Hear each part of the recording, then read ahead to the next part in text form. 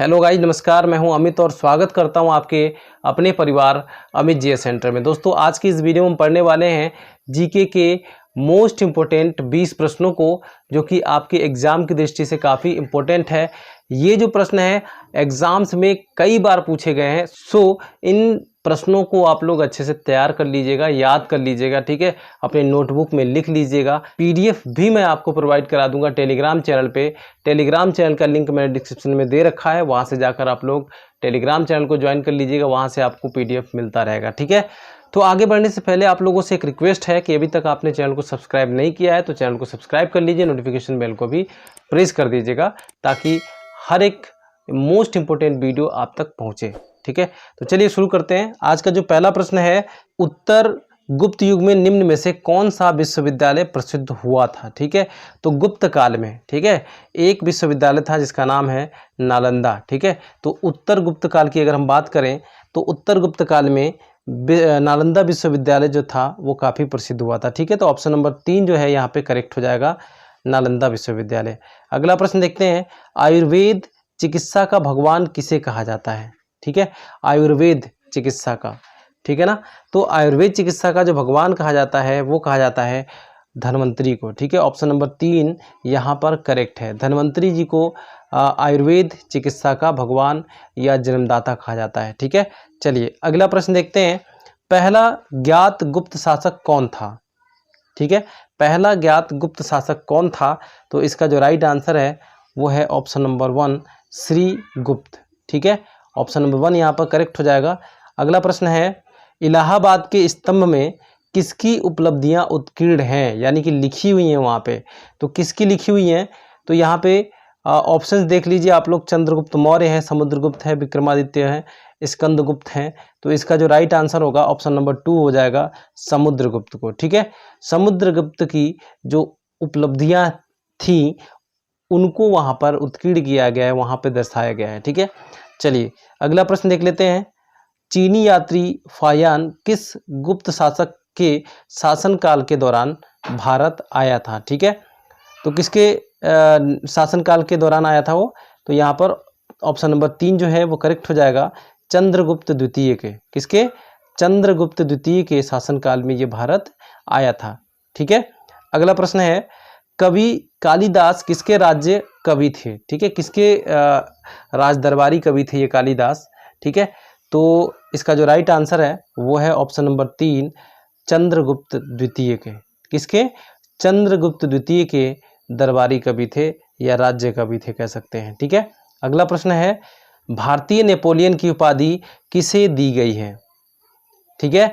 तो यहाँ पर आप ऑप्शंस को देखिए, ऑप्शंस है चंद्रगुप्त मौर्य, समुद्रगुप्त, चंद्रगुप्त प्रथम और हर्षवर्धन, ठीक है।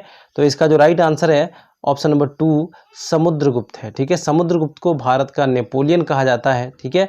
और ये जो समुद्रगुप्त है ना, ये गुप्त वंश के एक बहुत ही शक्तिशाली राजा थे, ठीक है, जो कि पूरे भारत पर विजय प्राप्त कर लिया था, ठीक है। मतलब कि बहुत ही ज़्यादा शक्तिशाली था, इसने पराजय इसकी हुई ही नहीं इंडिया में, ठीक है। चलिए अगला प्रश्न देखते हैं, रोमन साम्राज्य के साथ भारत का व्यापार रोम पर किसके द्वारा आक्रमण के साथ समाप्त हो गया, ठीक है।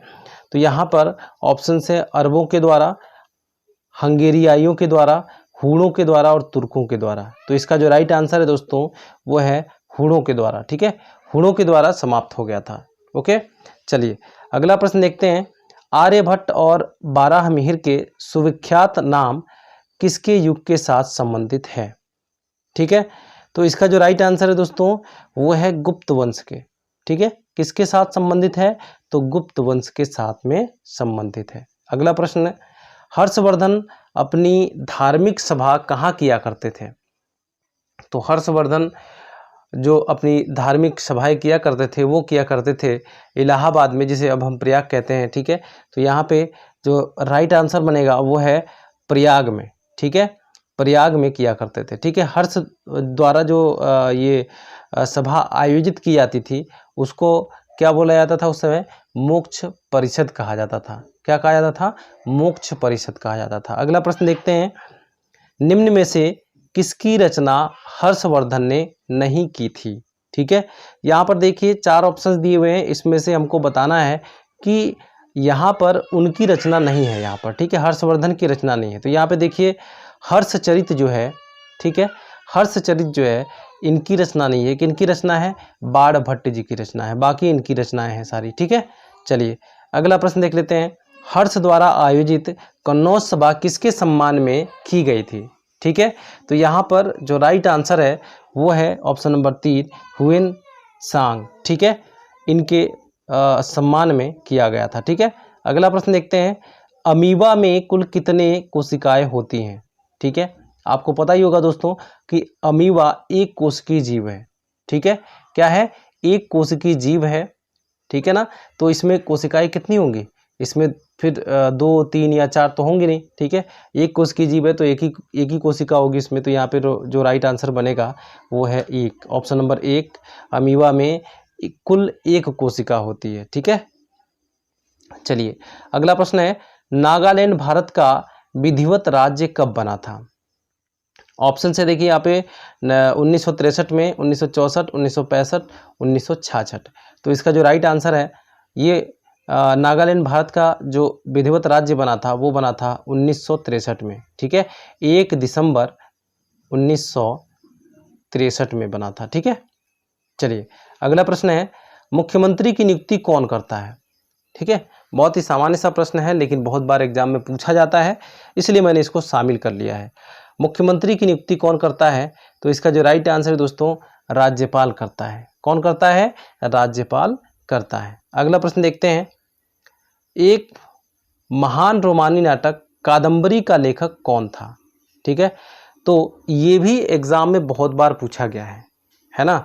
तो कादम्बरी का जो लेखक था वो कौन था? बाणभट्ट था, ठीक है। ऑप्शन नंबर 1 यहाँ पर करेक्ट हो जाएगा। अगला प्रश्न है। निम्न में से वायुमंडलीय दाब मापने का पैमाना है, ठीक है। अब हमको बताना इसमें से कौन सा ऑप्शन सही होगा जिसके द्वारा हम वायुमंडलीय दाब को मापते हैं, ठीक है। तो यहाँ पे जो ऑप्शन नंबर 3 है वो करेक्ट है, बैरोमीटर, ठीक है। बैरोमीटर के द्वारा ही हम लोग वायुमंडलीय दाब को मापते हैं। अगला प्रश्न है। उत्तर पूर्व सीमांत रेलवे में सबसे बड़ा रेलवे स्टेशन है, ठीक है, उत्तर पूर्व सीमांत रेलवे में, ठीक है। तो यहाँ पर इस रेंज में सबसे बड़ा जो रेलवे स्टेशन है वो है आपका Maligaon. Option number 2 is correct, okay. Maligaon सबसे बड़ा यहाँ पर रेलवे स्टेशन है। अगला प्रश्न देखते हैं। निम्न में से कौन सी नदी बंगाल की खाड़ी में नहीं गिरती है? ठीक है, तो यहाँ पे ऑप्शंस हैं गोदावरी, कृष्णा, ताप्ती, महानदी। दोस्तों यहाँ पे ऑप्शन नंबर 3 जो है वो करेक्ट हो जाएगा। ऑप्शन नंबर 3 क्या है? ताप्ती है, ठीक है। ताप्ती नदी बंगाल की खाड़ी में न गिर के ये कहाँ गिरती है? अरब सागर में गिरती है, ठीक है। पश्चिम दिशा की तरफ इसका बहाव है, ठीक है ना। तो यहाँ पे ऑप्शन नंबर 3 जो है वो करेक्ट है। अगला और लास्ट प्रश्न देखते हैं, ये भी काफ़ी महत्वपूर्ण प्रश्न है। भारत में सबसे ऊंचा पठार कौन सा है? ऑप्शंस हैं दक्षिणी पठार, छोटा नागपुर पठार, लद्दाख पठार और बघेलखंड पठार, ठीक है। तो यहाँ पे जो राइट आंसर है वो है ऑप्शन नंबर 3 लद्दाख का पठार, ठीक है। ये सबसे हाइट पर स्थित है, ठीक है। लद्दाख आपको पता ही होगा बहुत ही ज़्यादा हाइट पर है, तो अगर वहाँ का पठार है तो वो भी हाइट पे ही होगा, ठीक है। तो सबसे ज़्यादा जो ऊंचा पठार है वो है लद्दाख का पठार, ठीक है। उम्मीद करता हूँ कि ये वीडियो आपको पसंद आई होगी, और वीडियो पसंद आई तो दोस्तों में शेयर कीजिएगा, लाइक भी कीजिएगा, और चैनल को अभी तक सब्सक्राइब नहीं किए हैं तो चैनल को सब्सक्राइब कर लीजिएगा इस तरीके के मोस्ट इंपॉर्टेंट वीडियोज़ को पाने के लिए। तो चलिए मिलते हैं अगले वीडियो में, तब तक के लिए जय हिंद, जय भारत।